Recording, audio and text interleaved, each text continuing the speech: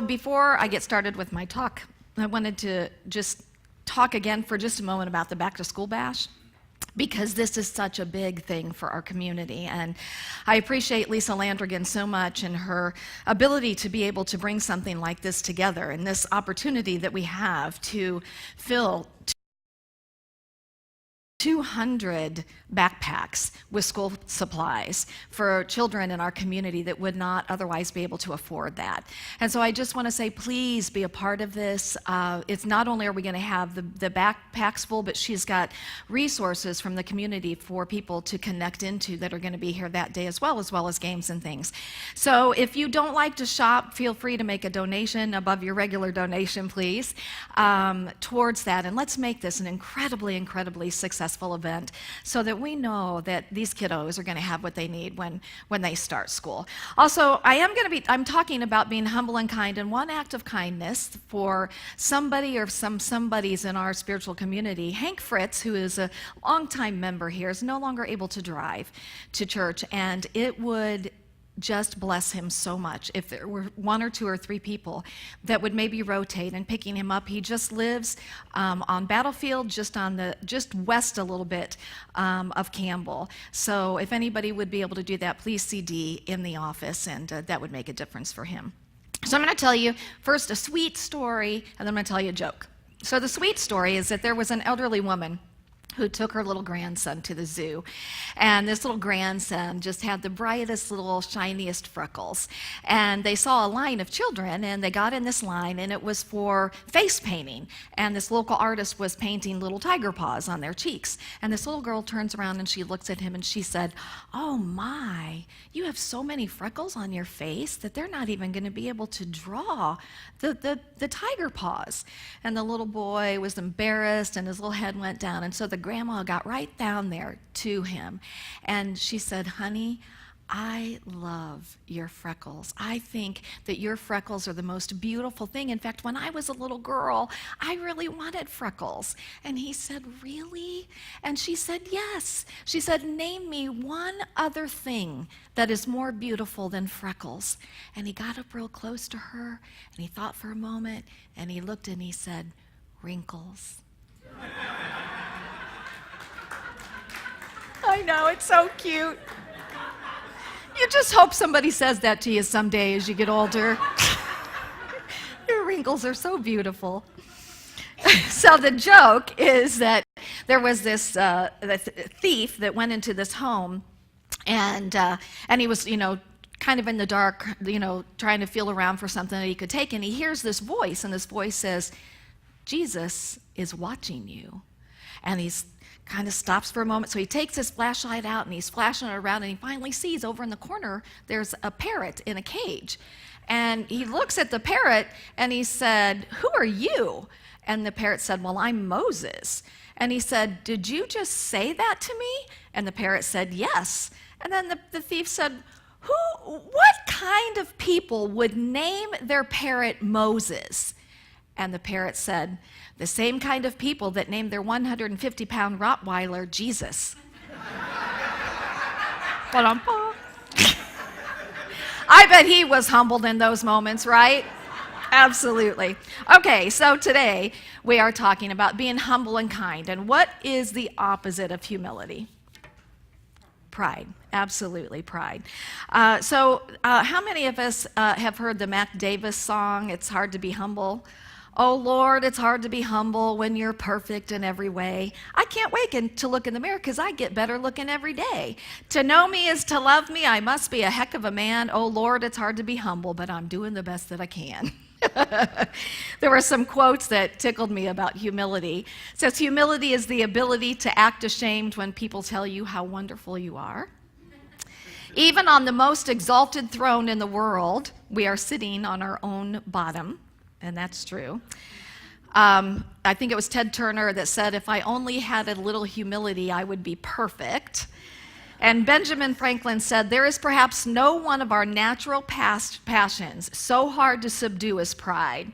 Beat it down, stifle it, mortify it as much as one pleases, it is still alive. Even if I could conceive that I had completely overcome it, I should probably be proud of my humility." And so it's the recognition that in our humanness, it's not an easy journey to come more from our center rather than from our ego. Our ego wants to take over in so many cases. And we know that our ego has taken over when we're in unrighteous judgment, when we're in resentment, when we're gossiping, when, things like that. We're in our ego. And when we feel the need to be right. Does anybody ever feel the need to be right? Like 4 hands went up. So it was a rhetorical question. But I'm pretty sure we all get there, yes?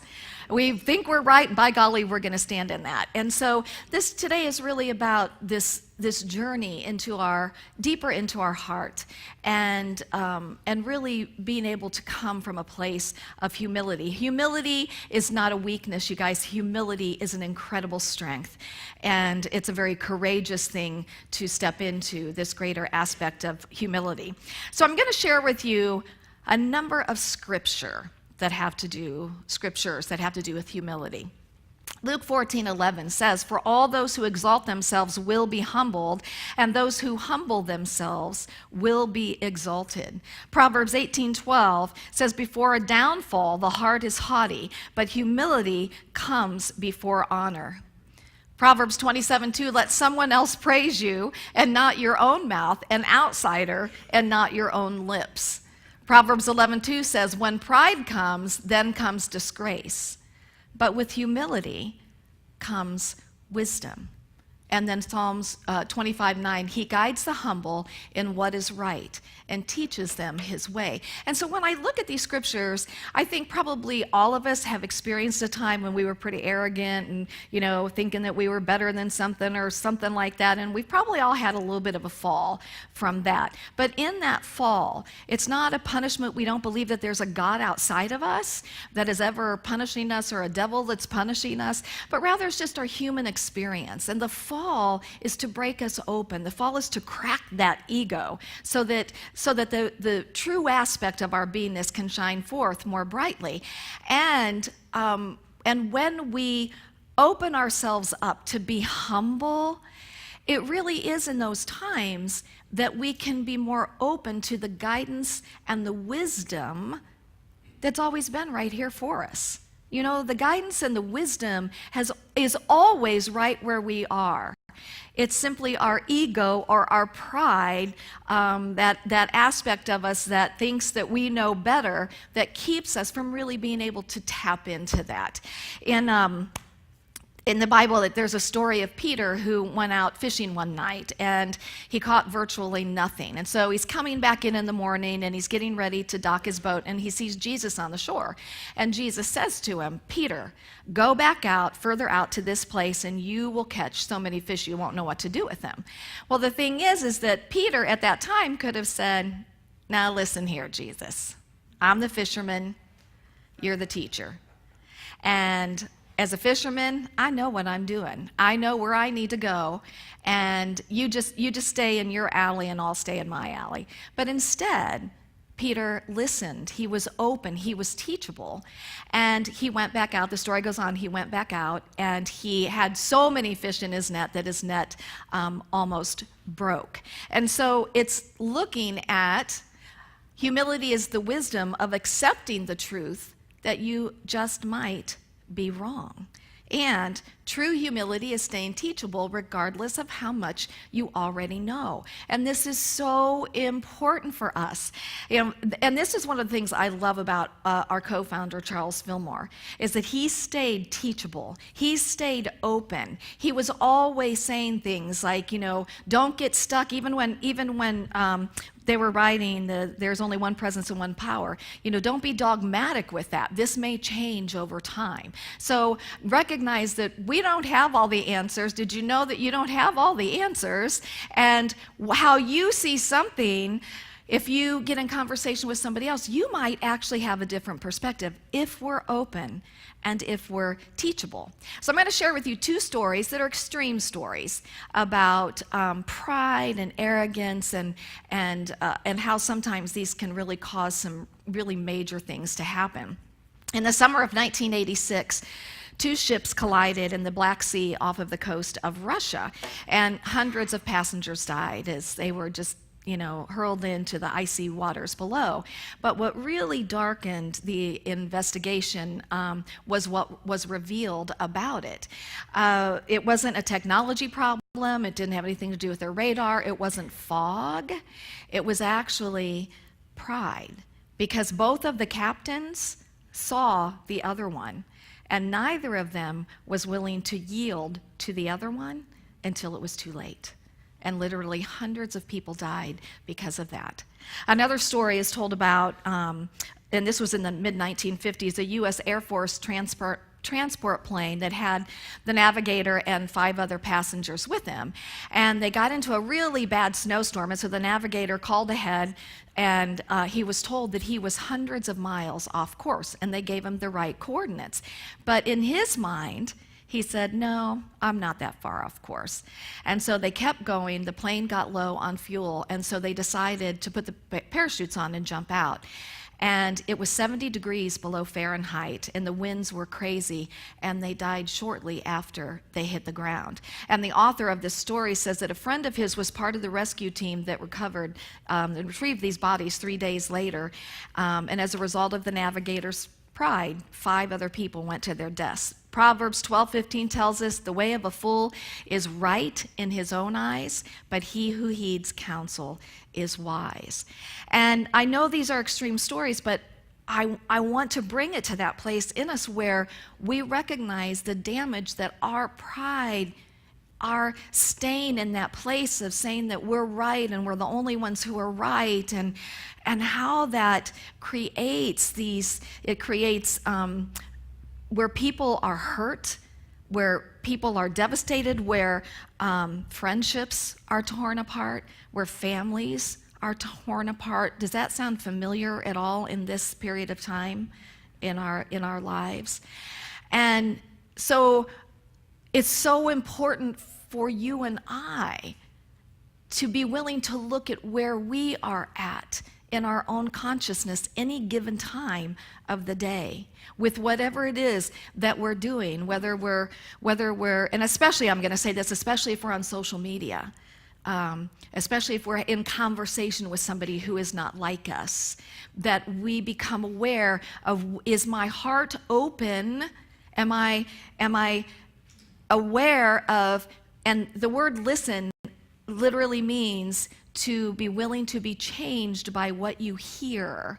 Am I really listening in a way that I am willing to be changed by what I hear? Because it's so important in our world today. Wouldn't you agree that we step up in that way? Because you know what? We can't wait for somebody else. We can't wait for somebody else somewhere else to do it. It's up to you and I to step into this. Okay, and another way we're going to look at humility, I'm sorry.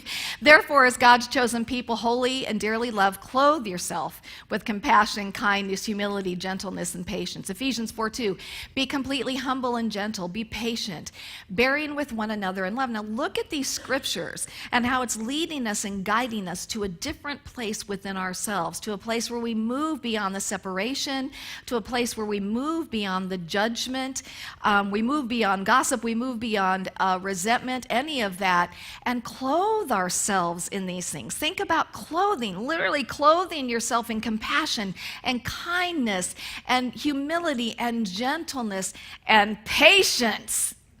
That's a big one, isn't it? Clothing ourselves in patience.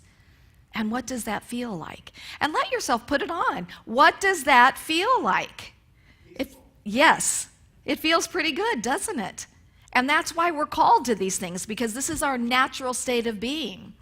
1 Peter 5:5, in the same way, you who are younger, submit yourself to your elders. All of you clothe yourselves with humility toward one another, because God opposes the proud, but shows favor to the humble. Again, this is not something that is outside of us. It's just the nature of life. But I love this one especially because I think that in our culture, we do an incredibly poor job of honoring our elders and making sure that our elders are taken care of. And this is something that we can really rise up to in a much higher way. And not only honoring our elders, but you guys, how many of you think back 20 years? How many of us feel that we've gained some really great wisdom in the last 20 years? Absolutely. So and you can share that wisdom. And so what I want to say is when we see elderly people around us, take the time to get to know them. Ask them about their life journey. Ask them, is there anything you would have done differently? Is there, what is it that worked for you? And you can even go to them if you're having a challenge and get their perspective on it, because I promise you, the wisdom gained in those years would make a huge difference for each and every one of us. Yes? Absolutely. So honor our elders. Romans 12:16, live in harmony with one another. What'd that say? Oh, live in harmony with one another. Do not be proud, but be willing to associate with people of low position. Do not be conceited. Philippians 2:3-4, do nothing out of selfish ambition or vain conceit. Rather, in humility, value others above yourself, and not looking to your own interests, but each of you to the interests of others.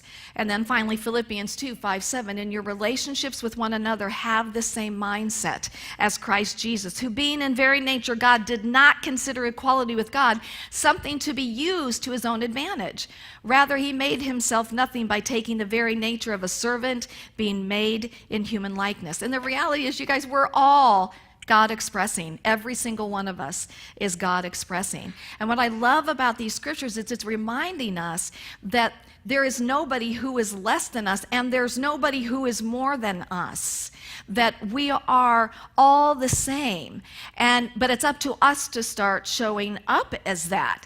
A friend of mine recently shared with me that he was somewhere, and he saw a girl that had tattoos all over her arm, had sleeves on both of her arms, and he said he immediately felt judgmental. But he had the opportunity to talk to her, and he asked her about her tattoos, and so she started telling him, and it was basically words, and it ended up that it was words to poems, and one in particular had to do with a brother of hers who she lost to cancer. And he said, boy, was I humbled after I had that conversation with her. And it just made me think about how quick we are to judge, how quick we are to separate ourselves, how quick we are to say that person is different from me, so they're wrong.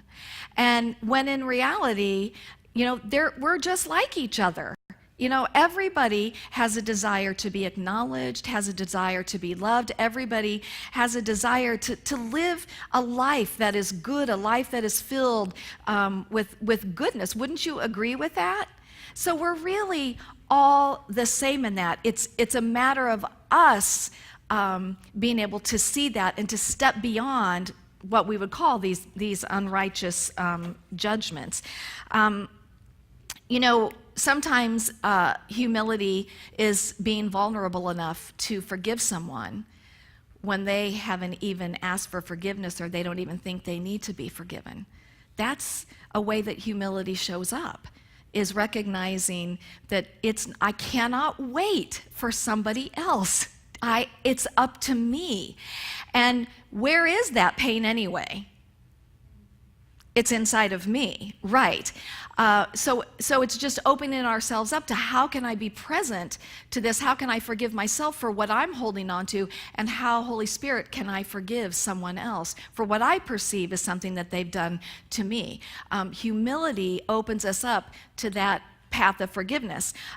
Sometimes humility, and I think this is what is so needed in our world today, in our country today, really, humility is a willingness to move into dialogue with somebody who has beliefs different from you. Wow. To actually move into dialogue with people who believe differently than you. We need to be able to come to the table, not from a prideful place, not from a place that says what I believe is right, but again, with a willingness to listen, to be willing to be changed by what we hear. You know, I look at us today in our country, and you know, there's Democrat, Republican, Libertarian, Liberal, Independent, and probably more. And guess what? We all think we're right. We all think that our point of view is the right point of view. And the reality is that somewhere in the mix of all of this, there's a world that works for everyone. But we're not going to get there if we're unwilling to come to the table and talk about it. And I got to tell you, on social media, I think it's fine for people to share what they believe. What I don't think is okay is when people start calling each other idiots and worse names, things like that, because of what they believe. Does that at all bring connection? Absolutely not. Everybody has a right to their opinion. The thing we want to do is what is it that I can do to start creating connection with somebody who's very different from me? You know, and I was watching something the other day, and I can't remember exactly what it was, but it was two groups of people that had differing political ideas, and they came together and they talked. And one of the ladies said, you know, my mind didn't change about what I believed about this, but I understood why these people or this person or whatever felt the way that they did. Did that create connection? Absolutely, absolutely. And so how can we show up more in this? I think there's, you know, as I was thinking about the last talk for 5 weeks, this is the talk that I really want to leave us with, is the reality, you guys, that it's up to us. And I know I say this a lot, but it really is up to us. And that we can move into this beautiful thing called humility and clothe ourselves with patience and kindness and generosity, which leads me to the last part of this, which is humility will always lead to kindness. Always. Without a doubt, humility will always lead to kindness. Little acts make a big difference. I want to share with you 4 particular ones that I pulled off the internet of things that just people did as acts of kindness. Oh, I like this. Humility is not thinking less of yourself, it's thinking of yourself less. Oh, I forgot about this one too. Being humble means recognizing that we are not on earth to see how important we can become, but to see how much difference that we can make in the lives of others. So this is a policeman who, you can see the noonday center there, was closed that particular day. So he went and bought 20 lunches so that these people would have a meal that day. This is a motorcyclist who pulled over on the side of the road simply to help this elderly person across the street. This is, it says, "Dear homeowner, I was going to give this gift to the Red Cross. However, I'm gifting it directly to you. Best of luck with your recovery. Sorry for your loss." This is from Hurricane Sandy. And then this one is, "You do not know me, but I saw that you needed some tires for your truck, and I wanted to do something nice for a stranger because one day a stranger did the same for me. The receipt is in the envelope, and all you have to do is go by Warehouse Tire on 3rd Street and ask for Stephen Hodges, and they will be able to put them on for free. All I ask is that one day you do something nice for a complete stranger." And you know, like, that touches me because I lived many, many years where I didn't have money to do the basic things. And if somebody would have done that for me, it would have just been unbelievable. And it's, you know, you don't have to do these big, ginormous things. But there's so many things that we can do. And guess what we do? We get up, we go into our day, and whoa, we got the blinders on. And what I'm suggesting is we take the blinders off, you guys. Let's take those blinders off. Let's start really looking at each other and seeing each other and connecting from a different level. When we are humble, our entire being is softer. It's more open. We are more patient. And in that, we're able to see more clearly the opportunities that we have to connect with people in general, to connect with each other. So as I'm getting ready to take this 5-week sabbatical, I first want to say I love my job. I'm so grateful for what I get to do in my life. It's just my passion and joy. And I'm really happy for 5 weeks I don't have to think about doing a talk. That's like an amazing mental vacation for my mind. And you know what, I'm just going to read some novels because I can, so I'm excited about that. But what I do want to tell you is that my excitement for what is coming for the next 5 weeks. Of course, we have Armand and Angelina coming next week. You will love them. Many opportunities to be with them. But throughout the next 4 weeks, you're going to get to hear Dee Richardson, our administrator, do a talk. You're going to get to hear Mary Hilsebeck-Huber, who is our board president, do a talk. And you're going to get to hear John Merrifield, our sound tech, do a talk. And then Chaz is going to be finishing it out. And I want to tell you that when this was brought up to Mary, she immediately said, no, that is not my thing. You know, this is what I do. But the next day, I think it was the next day, she came and talked to me and said, you know, I realize I'm fighting for my limitations. And so, yes, I'm going to say yes to this. And I was like, wow. And then with John, I texted him, and he got back, and he said, I don't know about this. I'm not sure. Let me kind of contemplate this. And within a very short time, I get a text back, and he said, well, I'm getting all kinds of inspiration, so I guess I'm going to do it. So you're going to be so blessed by the wisdom that comes through each and every one of these amazing individuals. So I hope that you'll make it a point to be here and to support them as they step out in this way, which is so exciting. I felt like, was there something else I was going to say? Can you read my mind? Okay. Ultimately, I just want to say that I will miss you guys. But I'm going to be really enjoying the time off. But I thank you. I thank you for what I get to do all the time here. And I thank all of us for how we are really stepping up and showing up in our spiritual community. You know, we can feel that we've been gaining energy, that we're slowly shifting, and that we're coming together in a way that we haven't come together in a long time. And it's exciting to see that this is happening. So have a beautiful, beautiful, blessed, incredible 5 weeks while I'm gone. And I say to each and every one of you, namaste, namaste.